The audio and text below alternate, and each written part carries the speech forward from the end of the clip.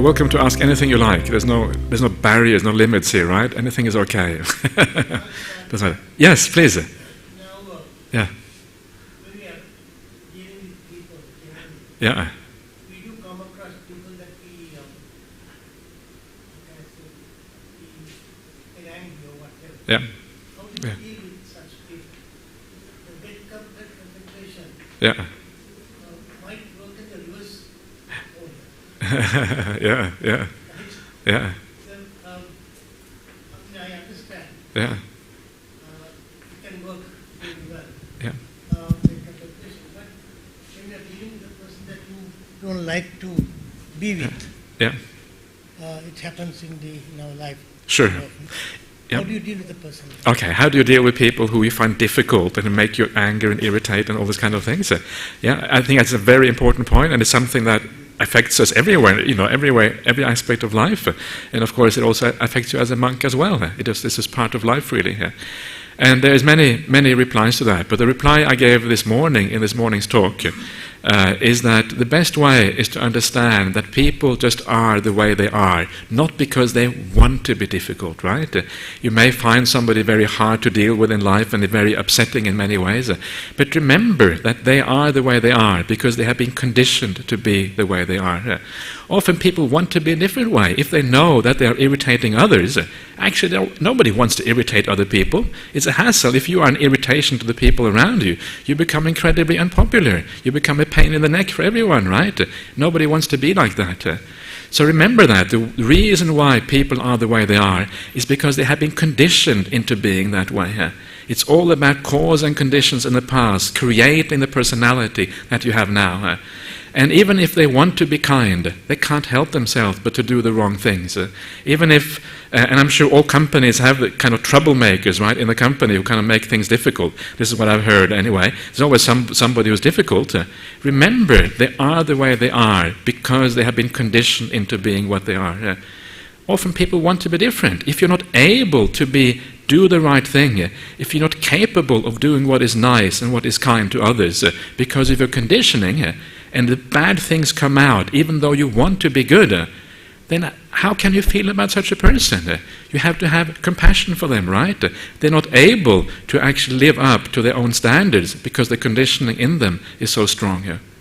So this is how to deal with people, and this is how to think about them. Remind yourself that this person is the way they are, not because they want to annoy you or want to annoy anybody else. It is just the nature has actually arrived in this way over a long period of time. And of course, I recognize that in business life it is often difficult. How do you? I mean, if you have a staff, and obviously you want people to be able to work together, you have all these responsibilities to make things work. But I remember I was reading this was somebody else who was talking about business. This was an Australian person, I think, who had been the CEO of a large company for a long time, and he talked about his experiences and what he had learned after being a CEO for such a long time. And apparently there is a fairly well-known thing that in any business, 20% of the people do 80% of the work, and the 80% do 20% of the work. There are certain kind of crucial employees that kind of do most of the kind of heavy lifting. And he said that after a while he realized that people are different, right?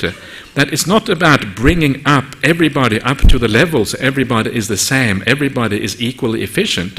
It can't happen because we are conditioned the way we are, because we are so different as people. Instead of actually trying to lift everybody up to be as efficient as the 20%, we have to accept those 80% the way they are, because that is basically how they are, right? And this is this insight again, this insight into non-self, anatta, right? This idea that we are conditioned into who we are, and that nature cannot really be changed. And to understand how difficult it is to change, I always like to bring it back to myself. And I look at my own life, and when I want to change, right, I want to change my old habits, whatever they might be, and I recognize how difficult it is to change myself, right? Think about yourself, think about you. Especially, perhaps very often, the good place to start is in relationship to your family. Because in family connections, we are so close to each other that very often we bring up kind of we bring up reactions towards each other, very habitual reactions. Now, if you want to change the way you react to your family members, it is incredibly hard. It's very, very difficult. The same kind of thing tends to trigger the same emotions month after month, year after year. Why is it so hard? Because the habits are so ingrained, because it's non-self, because you have been conditioned in this way over a long, long period of time. It's so difficult to change yourself. How can you ask other people to change if it is so difficult to change yourself and change your own habits and your own conditioning here? So this is really what it's about. It's about understanding the nature of what it means to be human. And once you understand the nature of what it is to be human, then you can start to forgive and let go and not get so angry with them. It's not personal, right? It's not about you. It's not a personal thing. It's about them. They are in a position of difficulty. So this is like a big picture thing. It's like a kind of a, it's a Buddhist way of looking at problematic things in life. What I also remember, I had one of my other university friends. He came to visit me in Perth quite recently at a monastery in Perth. He's also a CEO. I have a lot of very successful friends for some reason. He's CEO of a big software company in the US. And he said that one of the ways of dealing with difficult people is that people are always complaining about things, right? This is part of life, whether you are in business or wherever you are. One of the ways that he had been taught to deal with difficulties and deal with difficult people is you get everybody to write down the difficulties, right? So everybody write down a difficulty. This is all anonymous, and nobody knows what is who is saying what. Otherwise, nobody's going to say anything if it is not anonymous. So everybody writes down the difficulties. And then you make a long list of all the difficulties that all the employees in the company have mentioned. You make a long list, and then you pass it around the office staff, right? And everybody makes a tick to the particular difficulty that they agree with, right? Everybody makes a tick. And then there are certain things on that long list that get lots of ticks. And then there are other things that only get 1 or 2 ticks. And what he said that was interesting about this list is that many of those things that got lots of ticks on them, they were very simple things to do. People were saying, there's not enough coffee in the office, right? There is not, whatever it is, very, very simple things that can be fixed up. So he said that the great thing about that, you can make a lot of people a lot happier because you understand the big grievances that are actually happening in the office. And this is a beautiful way of kind of giving a bit of support to the employees, right? They understand that you care. And this idea of caring is so important in the family, in the corporate world, whatever it is. If your employees feel that you are caring for them, they're going to listen to you. They're going to be much more effective in their job. If they feel that you don't care, they're not going to care back, basically. So you fix up all those things that have many things. And often, he said, they are so simple to fix up. You don't have to do very much. But the other interesting thing about this list is that every company has, I'm sure, habitual complainers, people who are always griping about things, saying this is no good, right? This is just, life is like that, always people who are negative about things. They see, for the first time, people tend to think, this is my problem, everybody has the same problem. But they see that thing that they were complaining about, right, only gets 1 tick, and that's their tick. Nobody else is complaining about that. So it causes those people who have all these gripes all the time to self-reflect and to understand that maybe I shouldn't be going around complaining so much as I did before. They see themselves in a different perspective, right? So he said he was very happy with that technique. He said it solved many problems in the office at the same time. This is just one example, and there's many, many things you can do. This is one example of how you can kind of deal with difficult issues. So are you happy with that answer, or does that make sense? Yeah, I am, but at the same time, sometimes it's the attitude of the person. Sometimes if it is one-off incident, you can just ignore. But if the attitude it remains, then it becomes a thorn in your flesh. You just want to get it out. Pull the thorn out. That's the attitude that I have. If I have something like that. So that's the problem that I have when I'm confronted with something like that. How do I deal with that? The way I do it now is to walk away from it. But that doesn't mean the problem is gone away, because I might be suffering. Just like the lady who committed suicide. Not that I'm going to commit suicide over the incident, but the thing is that I might be having that in me, and I may be stressful for a time until the next problem comes. Yeah, sure. Sure. There's no final solution to these things, right? The only final solution is becoming a monk. That's the final solution. Everything else is temporary. No, but you're right. But the thing to do is remember that this is their habit. This is the way they are. They're not going to change, right? Remember that. Don't think they're going to change. One of the reasons you get upset is because you want the person to be different. The person won't be different. This is the thing this is kind of what you have to understand. This is the person. This is how they are. They're always going to be difficult. And once you understand that this is their personality, this is how they are. They can't change. Even if they want to change, they can't. Then you can start to accept. The problem starts to be reduced. It is your desire for change. That is the biggest problem. It's difficult to do, right? But actually, if you do this again and again and again, it actually makes a difference. So anyway, that's okay. Anybody else wants to say anything here? Yes. Thank you very much for those great insights, and some sounded new, some of course things we've known in the past. Just that we don't sort of use some of these principles that you advocated. You talked about death contemplation, as a principle to try and find happiness that we need to have in life.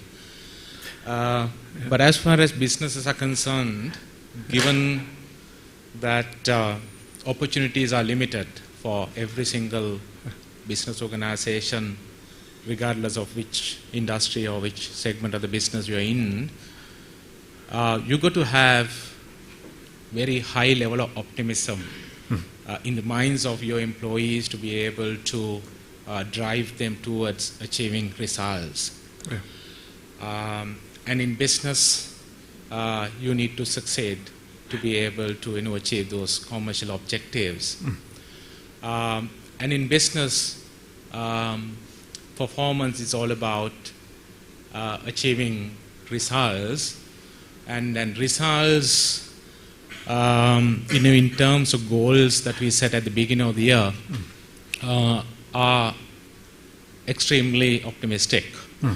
Year-on-year basis, you want better results achieved, and markets cannot really support you for you to be able to achieve those goals. Yeah. So you've got to basically eat into your competitors' plate if you are to achieve that level of results. Sure. So that creates competition, and without competition, there is no success.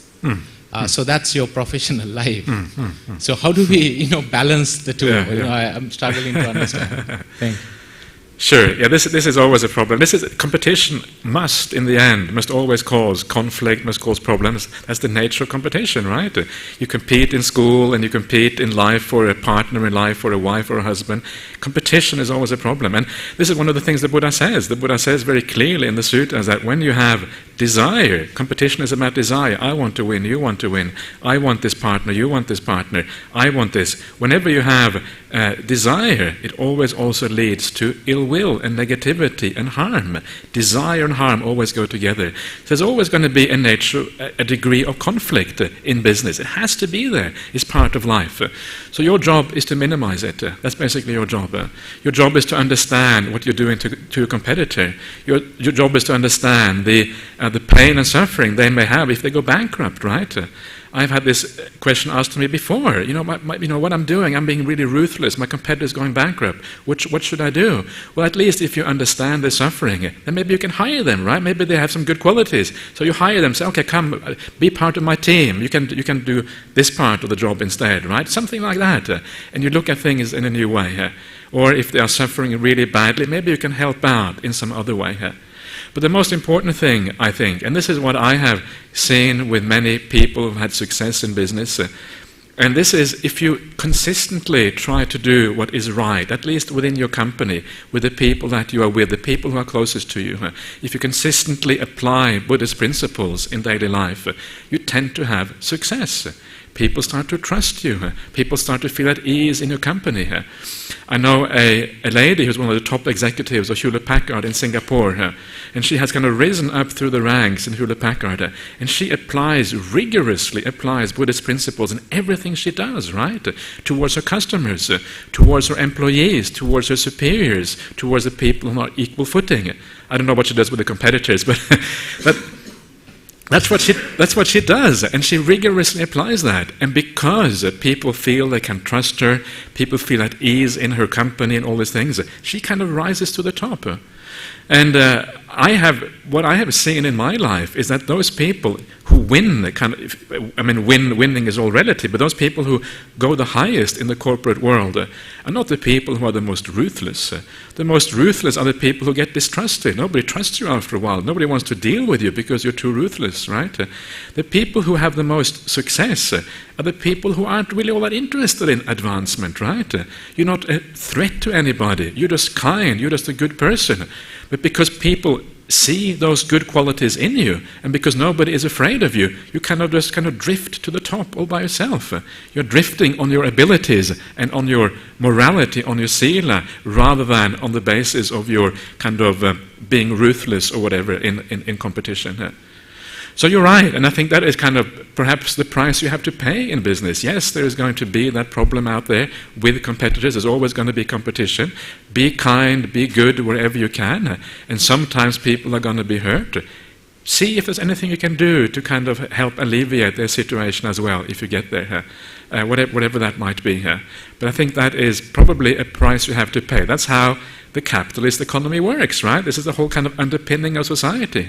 There's probably some price there that you have to pay in the end. So I don't know if there is any final answer to that one. I think it's just the nature of how our society works. Yeah. There are commitments. We have family. There are people who rely on our support. So if we look at our bigger picture, that's almost a selfish way of looking at ourselves. And maybe in a way letting down all those people who are, because by detaching yourself, you detach from those people who love you. So how do you reconcile that? Okay, so the thing about any kind of spiritual teaching, any kind of spiritual act, any kind of spiritual way of thinking or way of leading your life, if it is really something which is Buddhist or spiritual or good, it is always good both for yourself and for the other person. If you do something which actually turns out to be selfish, it is probably the wrong thing to do. This is the paradox of this thing. The real selfish act, the real act which leads to a better life for yourself, is not actually selfish. Anything you do which feels selfish is already not really selfish, because it's not going to lead to your happiness in the long run. So the acts that actually are the right ones are the ones that are good for you and also good for your family, that are good for you and also for your employees. It's good for everybody. If you are generous, it's good for the person you're generous towards. It's also good for yourself, because you feel good about it afterwards. If you're kind to somebody, it's good for the person you're kind towards. It's also good for you, because you feel good about your kindness. If you do a bit of meditation, it's good for you because you feel more peaceful, and it's good for others because you have more time for them afterwards. So it is not like that. There is no distinction here. There is no distinction either me or the other. It's always both. If you do the right thing, it's always both. And this thing about detachment, you don't have to worry about detachment so much, because this is a very, very slow process. You can't just choose to be more detached. Detachment or attachment is a state of mind. And as long as you have a sense of self, as long as you have a sense of being somebody in this world, you're going to have attachment. You cannot choose not to have attachment. The way that attachment decreases and detachment becomes more powerful is just through doing the right thing. If you do what is right and you live the good life, then detachment tends to happen by itself, gradually, as a matter of course. Whether you want to or not, a little bit of detachment happens. When you are more detached, you actually improve your ability to do what is right, both for yourself and for others. If you have a strong attachment to somebody, it means that you have a vested interest. Not in the other person, but you have a vested interest in how they behave, so that you can feel happy about it, right? If you are attached to your child and your child becomes a drug addict, you will feel ashamed. You don't want to tell your neighbors. You feel bad about it. The reason is because you are attached, not because you love the child, but it's because of your self-interest. You have a vested interest in how the child behaves, right? If you are detached, it means you have less vested interest. When you have less vested interest, your mind is more clear and you can make better decisions about what is in the true best interest of your child or what is not. Right? So sometimes these things are these things are actually very complicated. There are no simple answers there. But detachment is usually a very positive thing here. It doesn't mean being cold-hearted. It doesn't mean rejecting other people. It means having less vested interest in how that people is and how they behave. And then you can see what is truly beneficial for them and also what is truly beneficial for you. And the two should always go together. That makes sense? Am I making sense? Yeah? You sure? Yeah? Okay. Good. We spend a lot of time in meetings, in companies, and a lot of decisions are made in meetings. Yes. How do you set a tone so that people have clarity and people are calm when these decisions are made? Because they tend to affect a lot of people. So people may not, have that sense of clarity when they come for meetings. How can one create that atmosphere that people are mindful and clear? Okay. Yes, that is that's an interesting point, and I suspect that one of the most important things is to have a good feeling in the room, right? A feeling that people feel relaxed and they feel at ease. That is one of the most important things, and I guess this is one of the things that is your responsibility as a leader. If somebody is a leader, it is your responsibility to set the tone in the room, that there is a friendly tone, a feeling that people can relax. If people are relaxed, they make better decisions than if they are tense and feel kind of, things are difficult. And you can also do a couple of minutes of meditation, right? Say, okay, everybody close your eyes, take a few deep breaths, right? Relax and just let things be. And then feel which decision feels right to you at that particular point. This is one way you can do that. Right? And then you allow people that little bit of extra space in a sense where the right decision can kind of rise up from inside. It is very strange. I mean, one of the things that I have always found in my own life is that you think about a decision, you think and think and think, and you can never really find the answer, what is the right way to go. This is such a common experience, I think, for people. You don't know what the answer is. And then suddenly one day, you just sit back and you relax, and the answer just pops into your mind, right? All that analysis, all that thinking about it was a waste of time. And when you recognize that, when you recognize the kind of the lack of ability very often of the thinking mind to resolve things, when you understand that, you actually can allow yourself to be more peaceful, allow yourself to stop all the thinking and just say, okay, when the time is right, then the solution will come by itself. Of course, sometimes there's pressure. You have to solve the things earlier on, and then you have to try to create a similar kind of situation where things are relaxed and at ease, and you just allow the solution to come to itself. So try to create that sense, that kind of environment for the whole group, and then it is likely you're able to create better group decisions as a consequence. Something like that. Yeah. Okay. Yes. One of the conflicts you always tend to deal with is this conflict of the misunderstanding of what is being content. As a business leader or as an entrepreneur, you're not only responsible for yourself, you're also responsible for the whole group of people within the enterprise whose future prosperity or future growth you're responsible for. So how do you handle this whole concept of being content? Right, okay. So yeah, this is in a sense a kind of I guess one of the differences here. As a company, you're supposed to kind of improve, you're supposed to move forward, and if you're too content, you probably get fired, right? Oh, I'm content, no, okay, you lose your job. But I think contentment is is a personal thing. It's a thing that you have inside of yourself. And I think one of the most important things with contentment is that you are content with your own life. Your life is good enough. You don't have too much vested interest. If you get fired or not, don't care too much about that. You don't care too much about the worldly things in the world, but you're happy with your life as it is. You don't need, sometimes you may think, it would be nice to get a higher position, it would be nice to have this, to have that. Contentment just means you're satisfied with what you have already. And I have actually noticed in my life that those people who are most successful often tend to be very contented. They're very happy people, right? They have a natural optimism inside. They're very positive. When you're with them, you feel this kind of natural exuberance, but they also have a sense of peace about them. They are, on a personal level, they are content, but precisely because they are content on a personal level, it means they have more clarity of mind about what is right and what is wrong. So their company prospers, even though they have a personal sense of contentment. So contentment is in many ways similar to the death contemplation. The death contemplation also makes you content. You don't desire anything more. There's nothing more in this world to go for. You don't allow yourself to get upset by the people around you. Contentment is exactly the same thing. These two things gel together, go together like that. And then when you have that personal sense of contentment, clarity arises. You can make better decisions for your company. This is the weird thing, right? This is kind of the strange thing. It sounds like you're not supposed to be content because that drives you, but actually very often you get that actually biases you instead.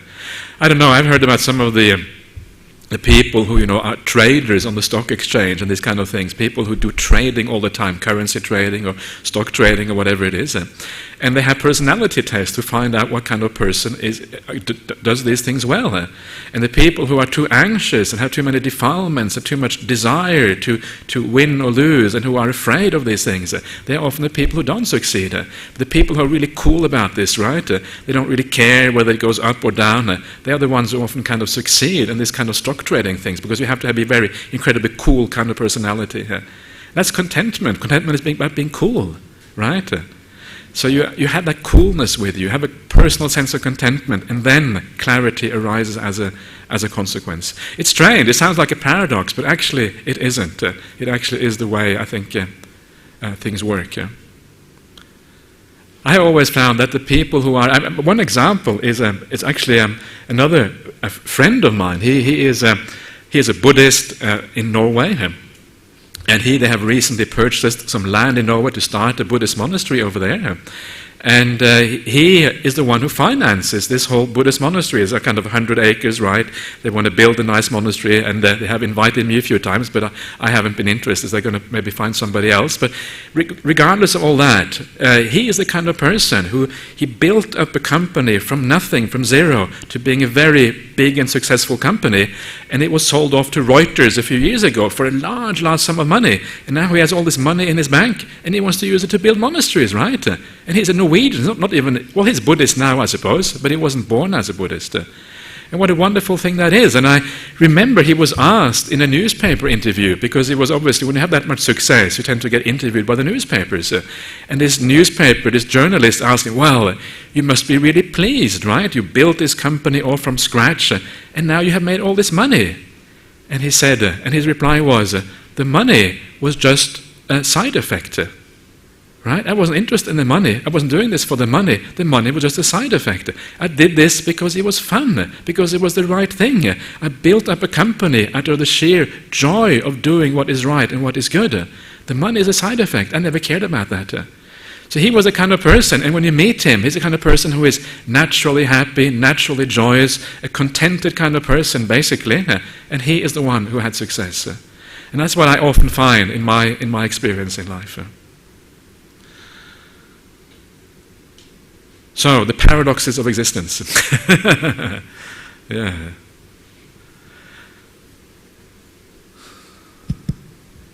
Okay. Anything else we haven't covered that needs to be talked about? Yes, over there. The law of manifestation. And that we are not creatures of circumstance, that we have the power to change our life? Sure, you have power to change your life. And this is one of the most important things, I think, in Buddhism, is that we have that power. This is actually very foundational, right?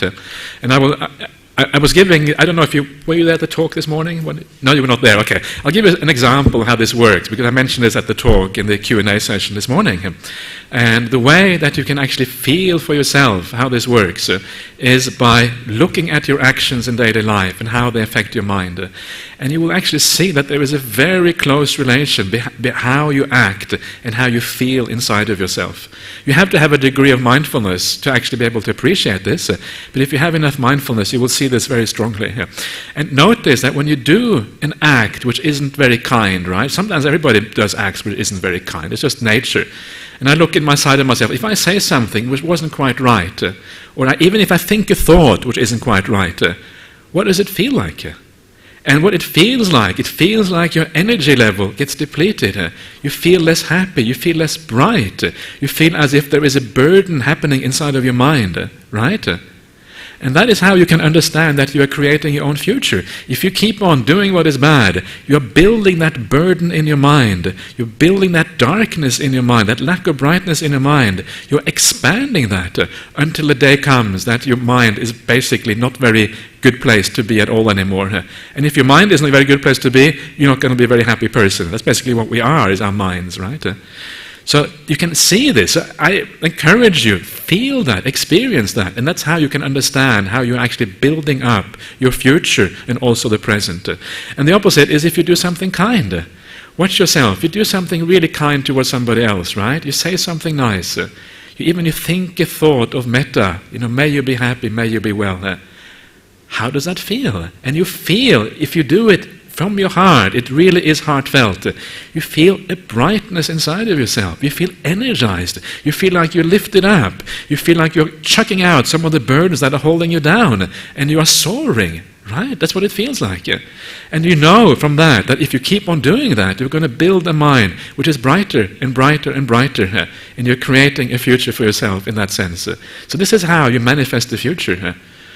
And the external world would change as well. Why? Because the external world, how we perceive the external world, depends a lot on our mind state. How you look at the world outside actually depends on what your mind state is in right now. So it changes things. I will give you an example. I always like to give the examples especially for my teacher, Ajahn Brahm, because he's kind of a special case in many ways. And he is one of these people who loves concrete, right? He thinks concrete is fantastic. Most people say concrete is terrible, all this grey stuff. He loves concrete. So he says in the monastery, we've got to have concrete here, we've got to have concrete there, all the roads should be concrete, right? Everybody else says, no, please, no more concrete. We had enough of concrete. But he says, no, concrete is good, concrete is great. And I was always puzzled by this Ajahn Brahm's love affair for concrete. Until one day, he tells us the story from when he was a young monk. And when he was a young monk in Thailand under the Ajahn Chah, one of the great meditation teachers in Thailand in the last century, they had this meditation hall. And in the meditation hall, they had a concrete floor. And on this concrete floor, that's where they would do their walking meditation, right? Now, Ajahn Brahm, he's famous for being an incredibly good meditator.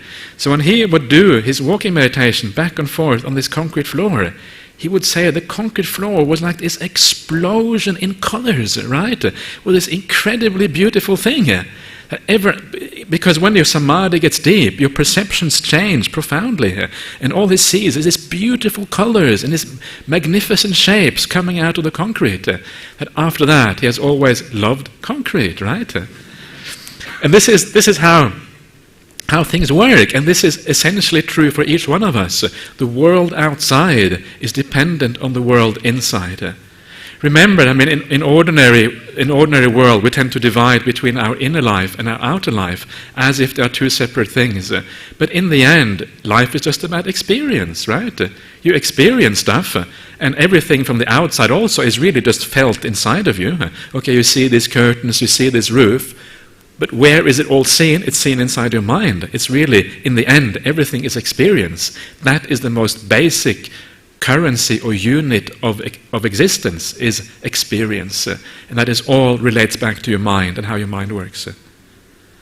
I don't know if that actually answered your question, but anyway, that's my answer here. So, yeah. What's the correlation between circumstance and karma? Circumstance and karma? Yeah. What do you mean by circumstance? Let's say opportunities, threats, good times, bad times. Okay. What's the correlation to karma? Okay, so there isn't any correlation. The only correlation is how you deal with the circumstances, right?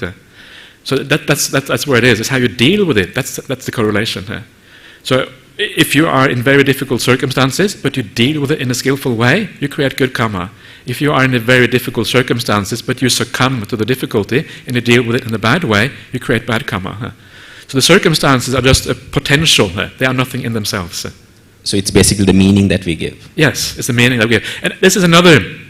Ajahn Brahm wrote a book a while ago called Opening Door of Your Heart, which has all these nice little stories in it. And be careful, because one of the things about these books by Ajahn Brahm, they seem so innocuous. It tells all these stories and these jokes, right, in this book. And sometimes people think, oh, there's no real profound Dhamma here. It's wrong. It's very profound. And you just have to read it in the right way to understand that actually it is very profound. And one of the stories in there is about the two ladies, right? They're both baking a cake. Maybe this is being a bit sexist, but it's not ladies or men, whoever. Somebody's baking a cake, right? And one of the people who's making a cake has the best kitchen in the world, right, with the best appliances and incredibly good ingredients, and everything is just right? Everything is just perfect. And the other person, they have this really old kitchen from the 1950s or whatever. They don't really have any appliances. Everything has to be done by hand. Have really dodgy ingredients, right, with the butter going rancid and the raisins being hard and all these kind of things. Who makes the best cake? Right? Who makes the best cake? You don't know. It's quite possible that the person who had all the bad ingredients, that had the bad kitchen, makes the best cake because they put more love into it, more care into it, more of themselves into it. Well, the other one maybe doesn't care so much, and for that reason the result isn't that great. And this is about karma. Karma is about how you deal with the circumstances of life. Even if you have very bad circumstances, if you deal with it in the right way, you can make a beautiful life out of it. And that's why often you see, one of the things that I always found so fascinating, sometimes you go to these incredibly poor places, to some of the poorest places in the world, like, when I go to India, you see a lot of poverty in the north of India. Bihar is the poorest state in India. If you want to see poverty, my goodness, that is a good place to start.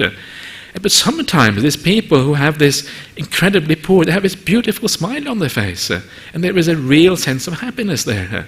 Right? And sometimes if they play their cards right and do their thing, they have an incredibly bad start in life. Chances that that life is not going to be good for them is very high. But if they play the cards right, and sometimes they do, they can overcome those difficulties and actually rise above that, at least in a spiritual sense, if not in a material sense. So that, I think, is really what it is about. 18 hours a day, okay. Not because of choice, because of the amount of people that come to see me. Now the issue is, because of this job that I have no social life. Yeah. Anywhere I go, I get a call, I go back to work. Anywhere I go, even in the country, about 2-3 months back, I went to Trincoe, landed there, got a call, came back rushing. Yeah. So how do we, now my family says, you don't know how to say no. Okay, yeah. But you know that if you are there, you are saving a life. Yeah. So how do you manage that? Okay. Well, you imagine that you're going to die tomorrow, right? Imagine you're going to die tomorrow. How would you act today if you knew you're going to die tomorrow? What would your choice be here? Would your choice be to spend a bit more time with your family? Or would your choice be to go and save the patient? Right? That is what you have to ask yourself. You have to find the balance in life. You can't save the whole world anyway, right?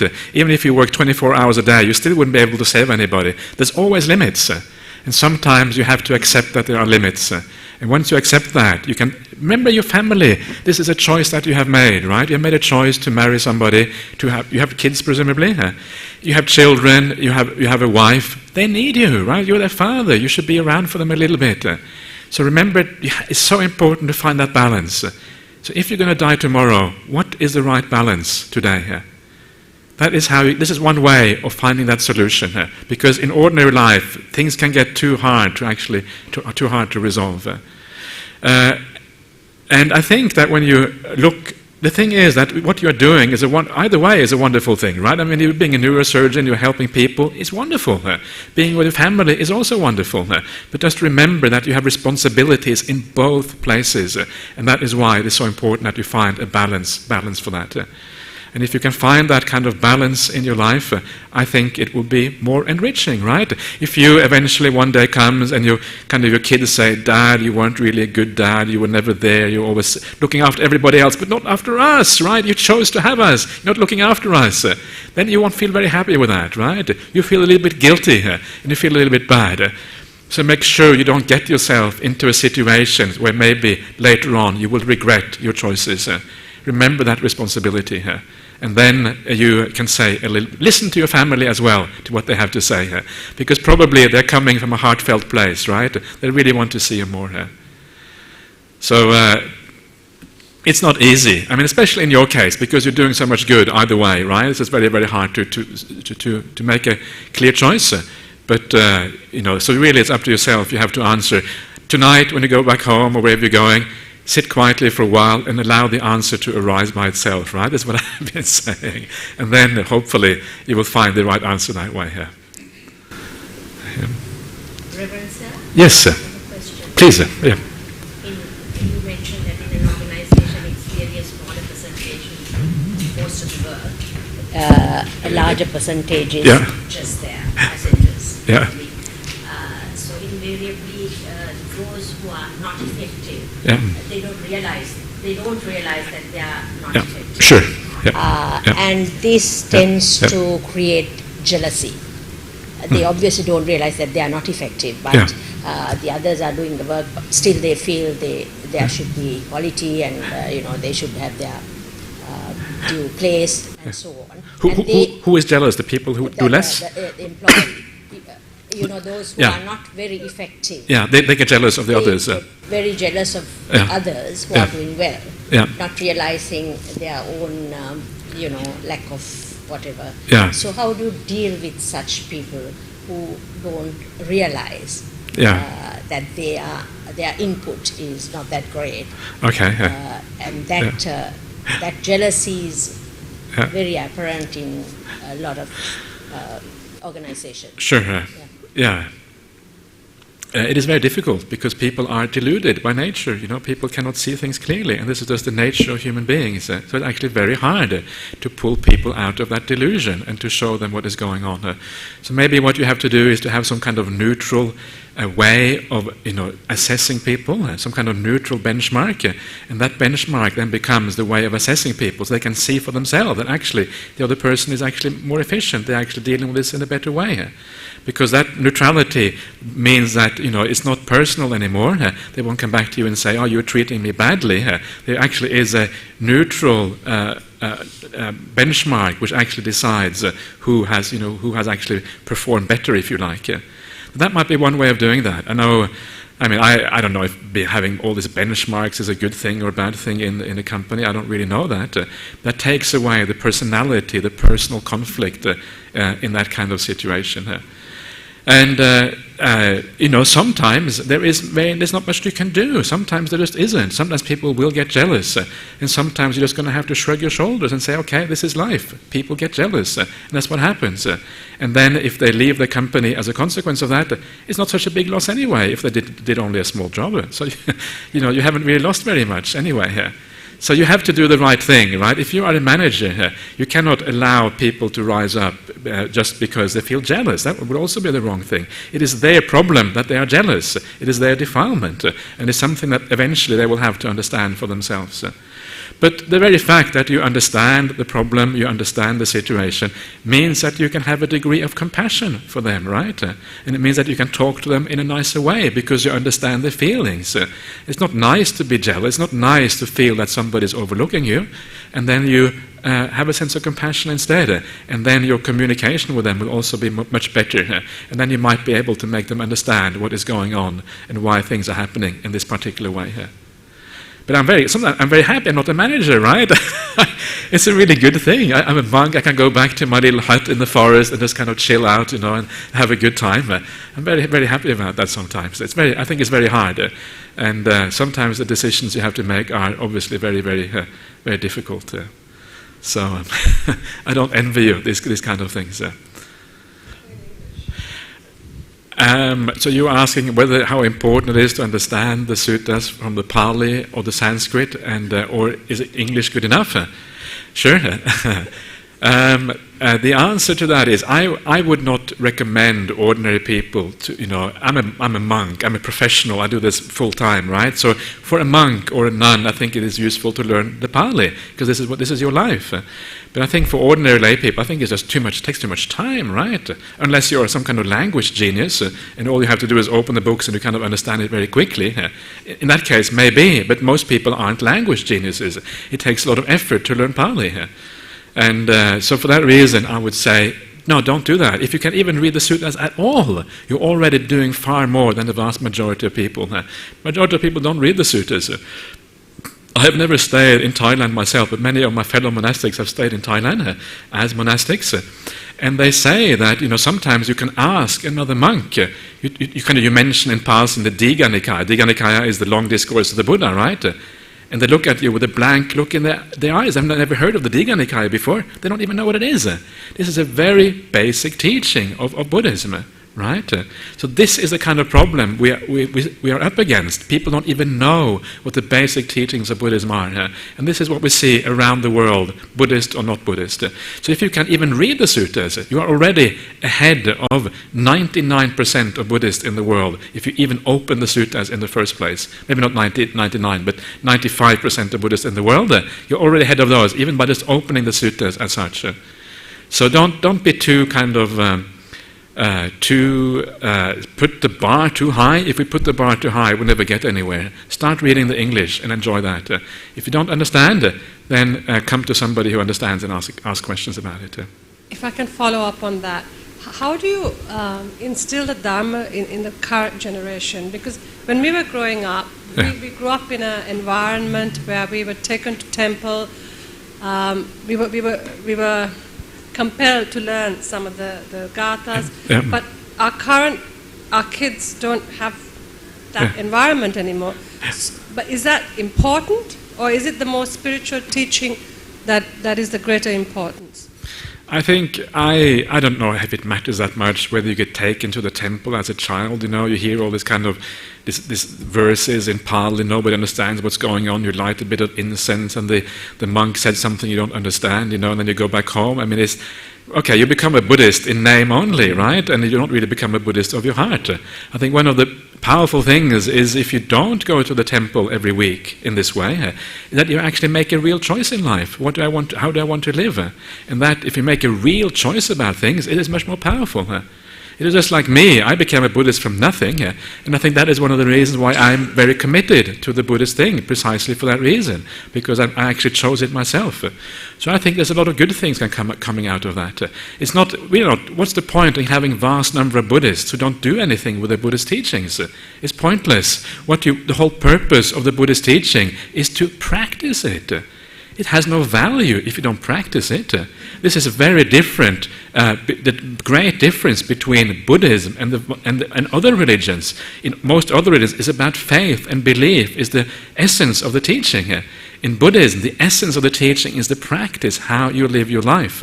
And if you just have faith or just belief, or you're just a nominal Buddhist, you kind of tick the Buddhist box on the census form or whatever, that doesn't really make any difference. You get a bit more political clout, right? If you have large numbers, the politicians take you more seriously, which obviously is useful, right? Because that means that they kind of listen to what you have to say. It's very nice. But we shouldn't run after those kind of goals. The most important thing is actually the practice of the teachings. So what we should do, we should make the teachings available to the younger generations. We should make them available in such a way it makes sense to them. It answers some of the questions of life, right? And then, when they understand it, then they can either reject it or accept it, depending on the temperament. If they then reject it, fine, at least they know what they have rejected. most of the time you don't even know what you're rejecting. You're rejecting a Buddhism, you never understood Buddhism in the first place. Then you become a Christian, but you actually weren't ever a Buddhist in the first place. At least you have a real choice when you understand what the teachings is about. And this, I think, is one of the most crucial aspects for Buddhism in today's world, is basically to make the teachings accessible and understandable in a way that people can understand what is going on. Then they can make real choices. Then we get real Buddhists, and then we actually helping to improve society and also improving ourselves. I have a small question about like obligations. So as we are all working and we have a lot of official commitments as well as family commitments, and sometimes you do not have time, say, for yourself, and there may be your family. Yeah. And how do you handle that? Because sometimes when you have to say no, people on the other side feel it's they make you feel bad, or you feel bad because you cannot go. And how do you kind of handle that to make you feel that it's not so bad if you do not, or you cannot go? All of these things kind of, come together. All of these things are kind of part and parcel of the same thing here.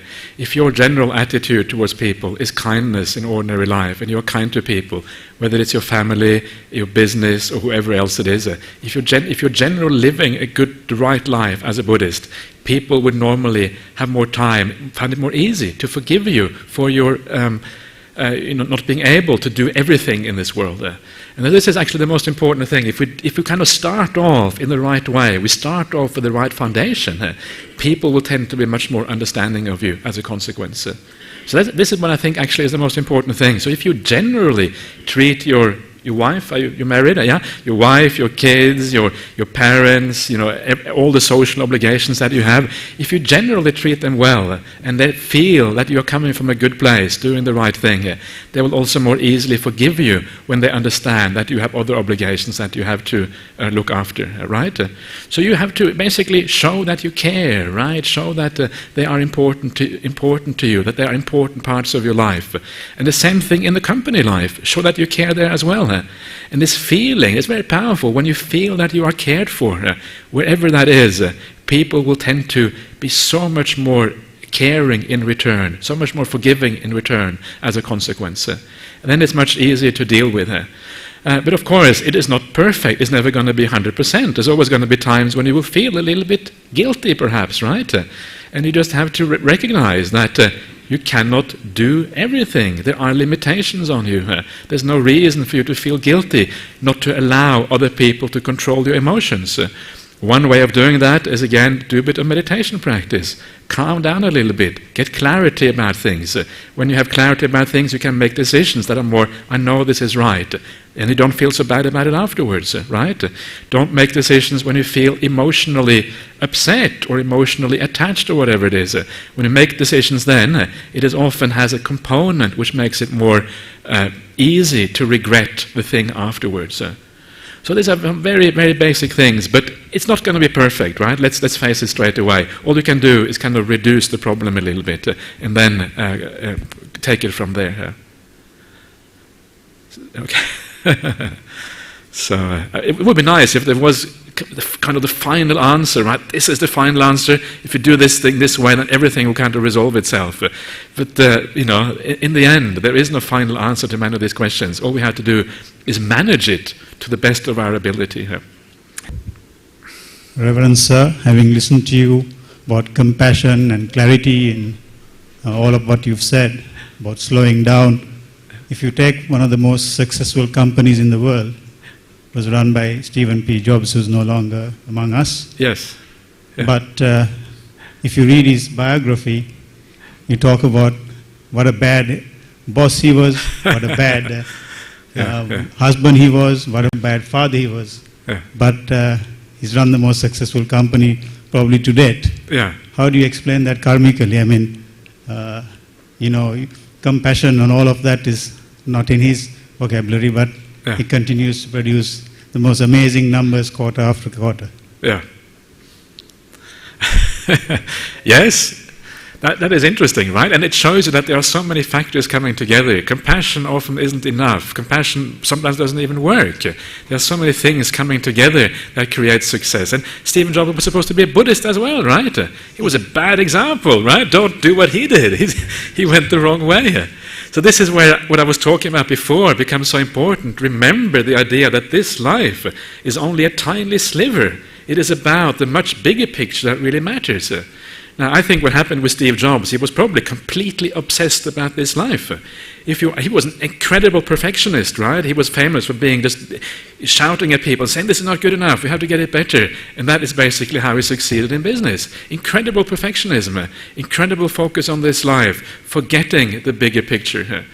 And I think, obviously, if you are a person who have a lot of anger, a lot of problems, I think he also had a lot of wisdom. There's so many sides to Steve Jobs, right? So many kind of different sides to him.